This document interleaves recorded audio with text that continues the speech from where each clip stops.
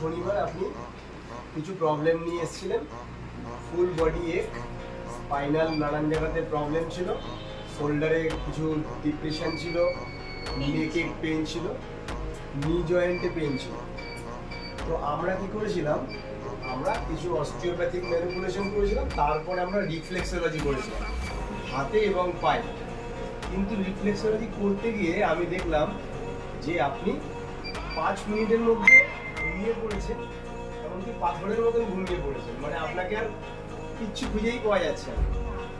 তো এই জার্নিটা যখন হয়ে গেল, তারপরে প্রায় 8 ঘন্টার পরে আপনাকে ডেকে তোলা হয়েছে। এখন বলুন, আজকে গত শনিবার আপনি এসেছিলেন, আজকে শুক্রবার, পুরো 1 সপ্তাহ আপনার পুরো পেইন জার্নিটা কি চলছে? সত্যি কথা বলতে গেলে আমি খুব রিলিফ পেয়েছি। আমার ডান বাঁ হাতটা ব্যথা ছিল, ডান হাতটা তো একদমই ব্যথা ছিল না। তো আমার ডান হাতটার মতোই পুরো বাঁ হাতটা হয়ে গেছে, একদমই পেন রিলিফ হয়ে গেছে। মনেই হচ্ছিল না কোনো পেন আছে।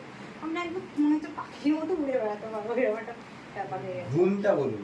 ঘুমটা তো সত্যি আমি শনিবার করে গেলাম, শনিবার করে গিয়ে তারপর রাত্রিবেলাও যেমন ঘুমিয়েছি, রোববারে সকালবেলা পর্যন্ত আমি বলে ঘুমিয়ে নিই, তারপরে কাজ করছি। শরীরে যতটা ক্লান্তি আছে, প্রচুর ক্লান্তি, একদম যেন পুরোটাই কমপ্লিট হয়ে যাচ্ছে। একদম আর প্রচুর ঘুমিয়েছি, প্রচুর ঘুম, তার ফলে এখন ফিটনেসটাও ঠিকঠাক লাগছে।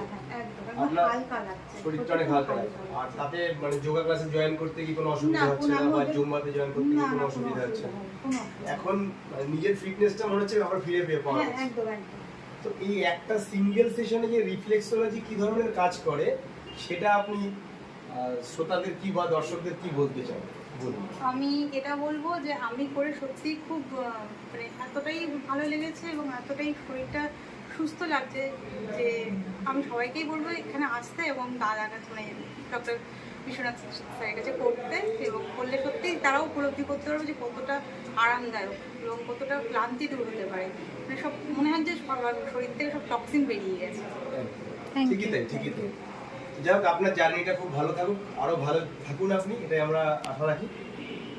Thank you, thank you so much.